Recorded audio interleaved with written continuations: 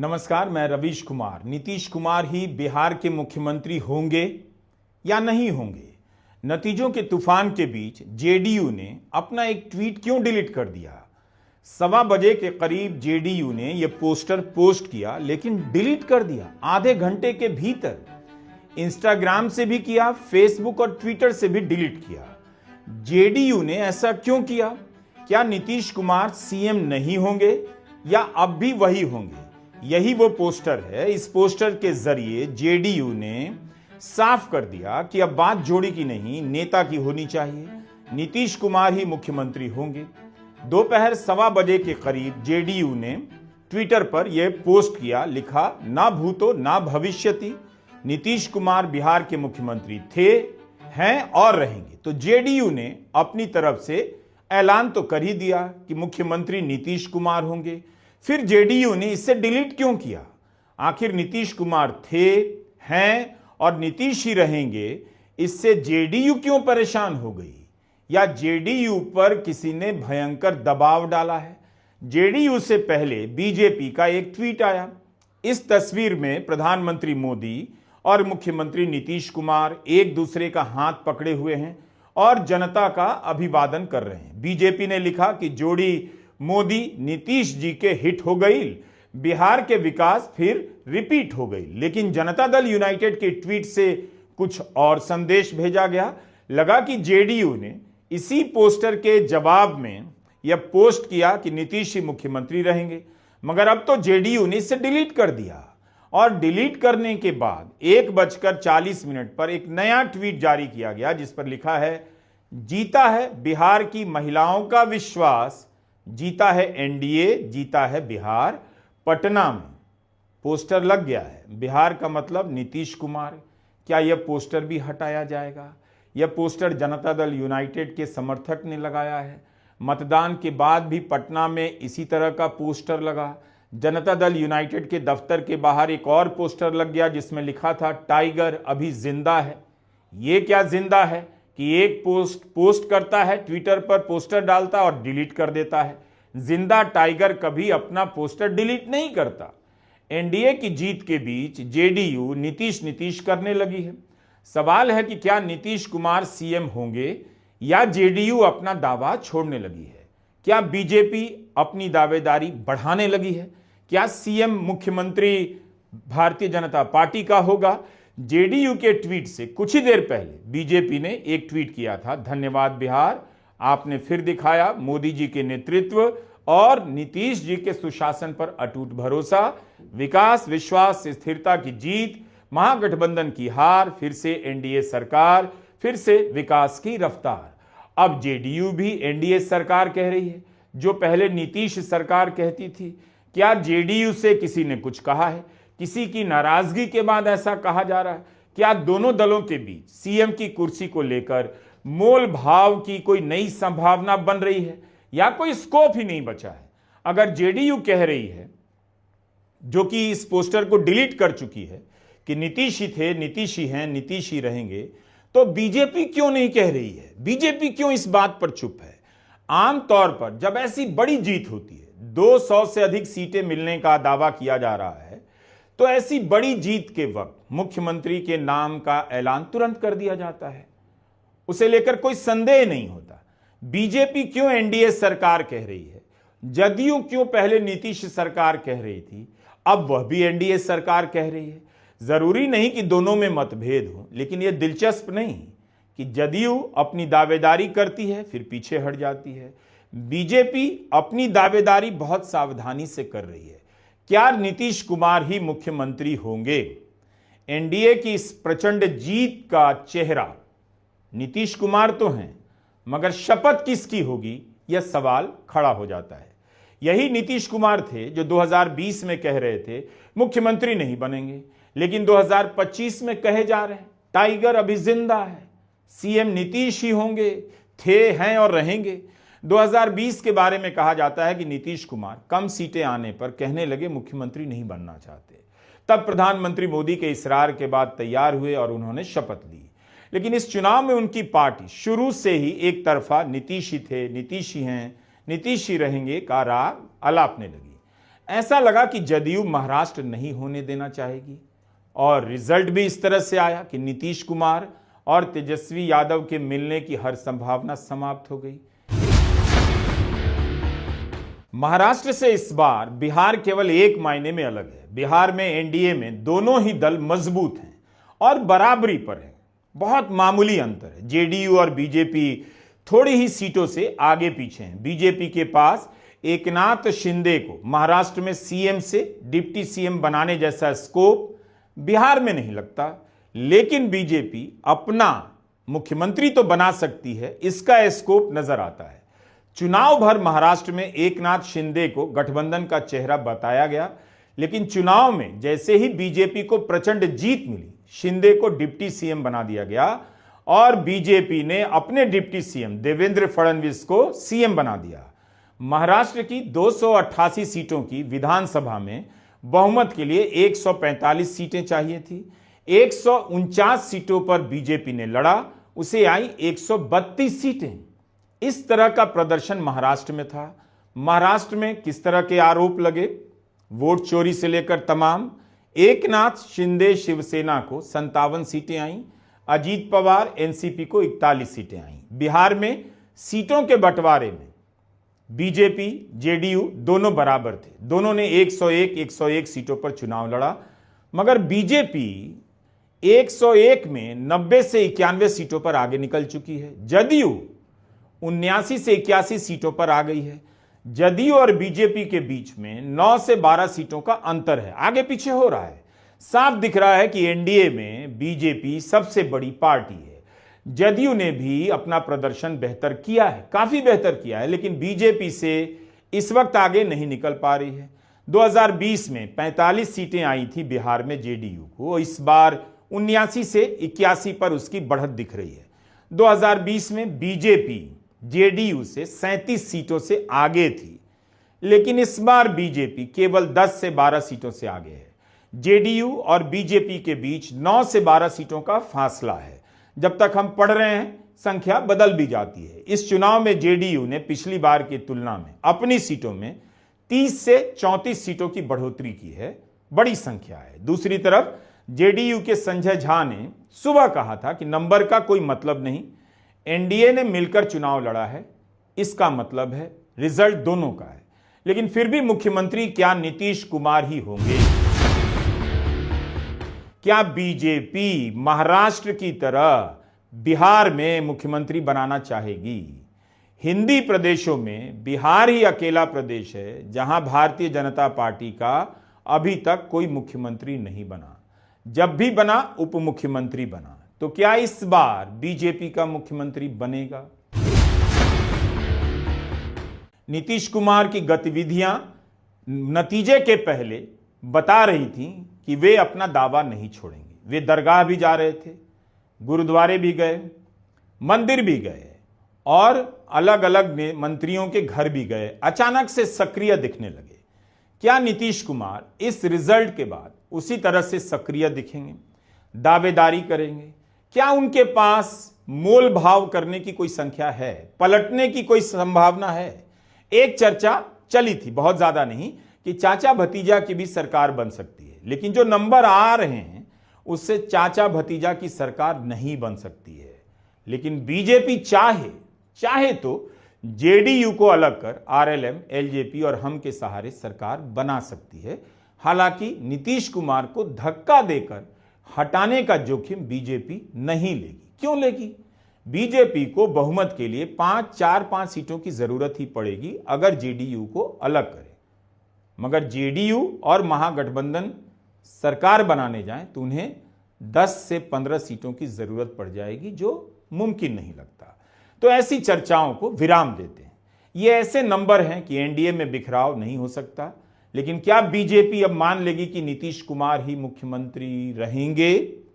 जबकि बिहार में एनडीए की आंधी के बीच अगर किसी की आंधी चल रही है तो बीजेपी की लगती है।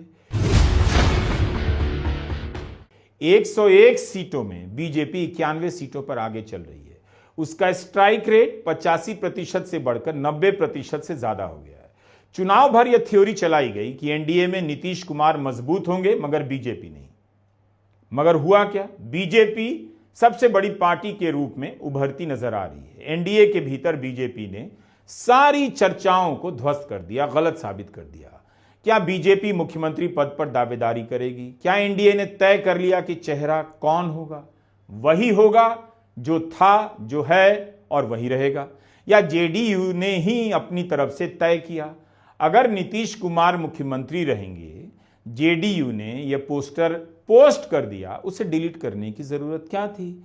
पूरे चुनाव में बीजेपी ने चेहरे को लेकर साफ साफ कुछ भी नहीं कहा।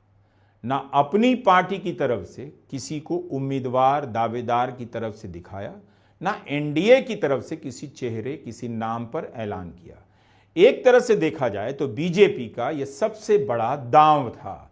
किसी भी दबाव में बीजेपी नहीं आई, तब भी नहीं आई जब कहा गया कि नीतीश कुमार के नाम की आधिकारिक घोषणा नहीं की गई है, इसलिए पहले चरण के मतदान में महिलाओं का वोट केवल नीतीश को मिला है, बीजेपी को नहीं। तब भी भारतीय जनता पार्टी अपने इस दांव से पीछे नहीं हटी। क्या बीजेपी नीतीश कुमार को अब सीएम घोषित कर देगी? इस बार बीजेपी का मुख्यमंत्री होगा, या इस बार भी बीजेपी उदारता दिखाएगी और कुर्सी नीतीश कुमार को सौंप देगी? या नीतीश कुमार अब उदारता दिखाएंगे और अपने आप कुर्सी छोड़ देंगे? 2020 में जब जदयू तीसरे नंबर की पार्टी बनी थी, तब तो उन्होंने प्रस्ताव किया था छोड़ते हैं। क्या इस बार नीतीश कुमार इस तरह का प्रस्ताव करेंगे? कर देंगे तो क्या पिछली बार की तुलना में की तरह प्रधानमंत्री मोदी नीतीश कुमार के प्रस्ताव को स्वीकार कर लेंगे, या 2020 का एहसान चुकाते हुए इस बार नीतीश कुमार बीजेपी को सत्ता सौंपने जा रहे हैं? बीजेपी इस बार भी थोड़ा इंतजार करना चाहेगी, यह भी हो सकता है। अमित शाह ने चुनाव के दौरान कहा कि जीत के बाद विधायक दल नेता का चुनाव करेंगे। तो क्या यह फैसला विधायक दल करेगा, या प्रधानमंत्री मोदी के हाथ में फैसला आ गया है? राजद के पास इतनी सीटें नहीं कि नीतीश कुमार उससे मिलकर सरकार बना लें। बिहार का मुख्यमंत्री कौन होगा? अगले 5 साल के लिए होगा या अगले कुछ महीनों के लिए होगा? बीजेपी और जदयू का इस चुनाव में वोट प्रतिशत बढ़ा है। 2020 की तुलना में बीजेपी का वोट प्रतिशत 1.5% बढ़ा है और जेडीयू का 3.5%।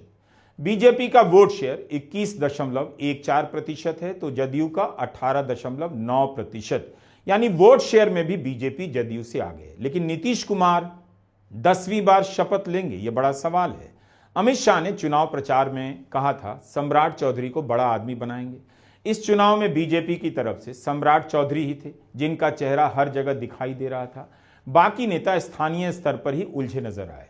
बीजेपी की डिप्टी सीएम विजय कुमार सिन्हा 9 दौर की गिनती के बाद 10,800 वोटों से आगे चल रहे थे। दूसरे नंबर पर यहां कांग्रेस के अमरीश कुमार थे। 10,000 और जंगल राज। इस चुनाव में ये 2 बड़े फैक्टर साबित हो रहे हैं। सर्वे में भी दिख रहा है कि 30 साल से ऊपर के लोगों में जंगल राज का भय चला और बीजेपी जंगल राज के नाम पर चुनाव लड़ने में सफल हो गई। नीतीश कुमार के दौर के अपराध के आंकड़ों के सहारे राजद जनता में यह विश्वास नहीं बना सकी कि वह कानून के राज की उत्तराधिकारी हो सकती है। बीजेपी ने सबसे अधिक सवर्ण उम्मीदवार उतारे। 101 में से 49 सवर्ण उम्मीदवार दिए। जहां सारे दल पिछड़ी और अति पिछड़ी जातियों पर दांव खेल रहे थे, बीजेपी ने 49 सवर्ण उम्मीदवार उतार दिए। बीजेपी का प्रदर्शन इस चुनाव में अच्छा रहा। कई सीटों पर उसके उम्मीदवारों की मार्जिन भी ज्यादा है। चुनावी विश्लेषणों में 10,000 के असर की बात बहुत पीछे चली गई है। इस जनादेश को नीतीश के विकास के प्रति प्रचंड समर्थन बताया जा रहा है। 1.5 करोड़ महिलाओं के खाते में 10,000 डालने के बाद कहा जा रहा था इसका फायदा केवल नीतीश कुमार को मिलेगा, मगर बीजेपी को भी मिला है। बीजेपी को ज्यादा फायदा हुआ है। ये लोग जो धनबल इकट्ठा कर लिए इलेक्ट्रल बॉन्ड के माध्यम से, ईडी के नोटिस जाओ, 50 करोड़ आ रहे, 100 करोड़ आ रहे तो नोटिस खत्म हो जाता है। अब जाके सुप्रीम कोर्ट ने कहा नहीं, वो तो असंवैधानिक है। अगर संवैधानिक है आपके ये इलेक्ट्रल बॉन्ड बंद कर दो। अरे बंद तो कर देंगे, पर जो पहला इकट्ठा किया करोड़ अरबों रुपये, वो पहले हमारे खिलाफ उपयोग करा, रोक क्यों नहीं रहो उसको? आप पहले जमा करो पीएम रिलीफ फंड में। तो कहने को मैंने कई बातें कहने को है, आज प्रथम दृष्टया ये कह सकते हैं कि 10,000 में महिलाओं को बटना, चुनाव आयोग का कोई रोक लगाना नहीं, पेंशन बढ़ती रही वहाँ पर और पैसा खूब धनबल का प्रयोग हुआ। इमरान से आरजेडी को वोटों का बहुत ज्यादा नुकसान नहीं हुआ। 2020 में आरजेडी को 23% वोट मिले, इस बार इतने ही मिल रहे हैं। आरजेडी का वोट घटा नहीं लेकिन बढ़ा भी नहीं। क्या 10,000 के कारण उसका वोट नहीं बढ़ सका? 1.5 करोड़ महिलाओं को पैसे दिए गए हैं और 45 लाख बुजुर्गों के पेंशन बढ़ाए गए हैं, तो संभव भी नहीं था कि राजद को महिलाओं का वोट मिलता। राजद प्रवक्ता मनोज झा ने कहा है कि 65 से 70 सीटों पर 3,000 से 5,000 का ही अंतर है। एक तरह से मनोवैज्ञानिक दबाव बनाया जा रहा है। मनोज झा को अब भी लगता है कि यहां चांस है। उनका आरोप है कि वोटों की गिनती धीमी गति से चल रही है। क्या 10,000 के कारण बीजेपी का वोट बढ़ा? एसआईआर के दौरान 65 लाख वोट कटे, क्या उसका कोई रोल रहा?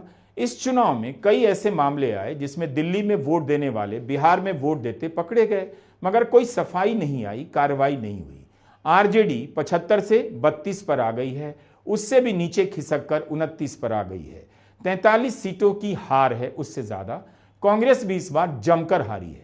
कांग्रेस के चुनाव प्रभारी भूपेश बघेल ने ट्वीट किया है कि मुख्य चुनाव आयुक्त ज्ञानेश कुमार को बिहार चुनाव में जीत की बधाई। आपने बहुत मेहनत की, 64 लाख मतदाताओं के नाम काटे, 16 लाख नए मतदाताओं ने आवेदन किया, आपने 21 लाख नए नाम जोड़ लिए। धांधली पर धांधली, बेहिसाब धांधली। भाजपा को आपसे अच्छा सहयोगी नहीं मिल सकता।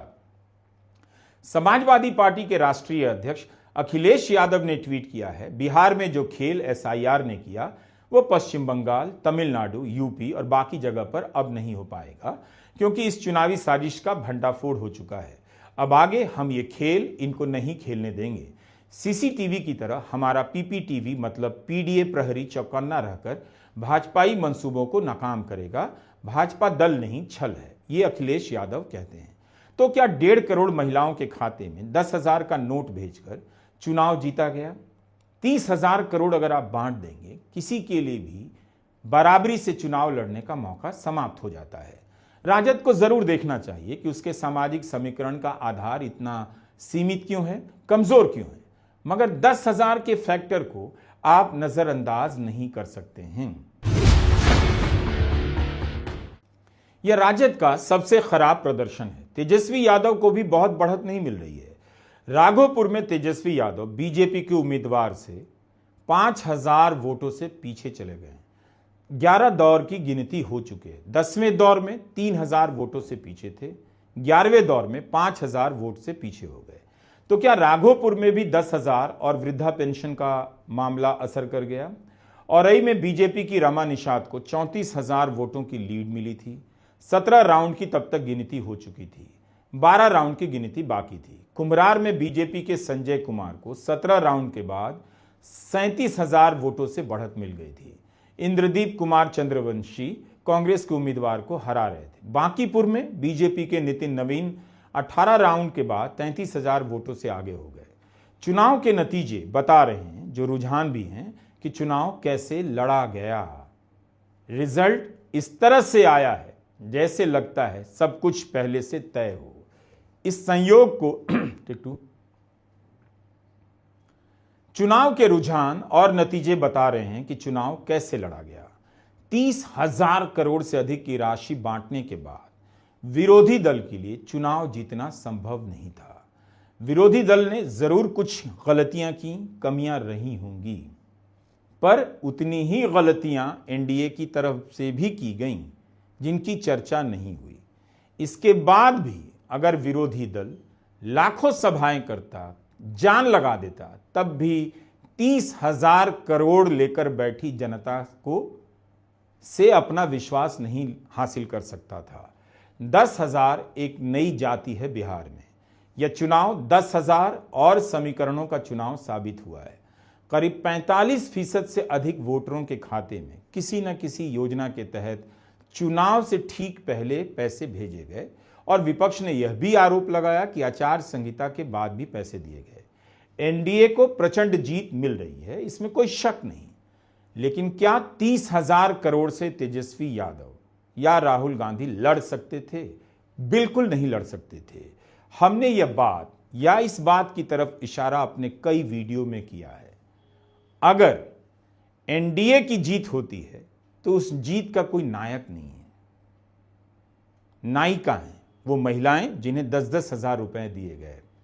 अगर तेजस्वी जीत जाते तब इस जीत का नायक कोई होता, तेजस्वी होते कि 30,000 करोड़ वोटर में बांट देने के बाद भी तेजस्वी जीत गए। और यह जीत पूरी दुनिया के लोकतंत्र में जीत जितनी हुई है उसमें आश्चर्यजनक जीत की श्रेणी में मानी जाती। मगर ऐसा हुआ नहीं, जीत एनडीए को ही मिली है। बिहार को इस पर लंबे समय तक बहस करना होगा और बिहार जानता भी है कि यह चुनाव 30,000 करोड़ रुपए बांटने का चुनाव है। फिर भी बिहार को असीम शुभकामनाएं। नमस्कार, मैं रवीश कुमार।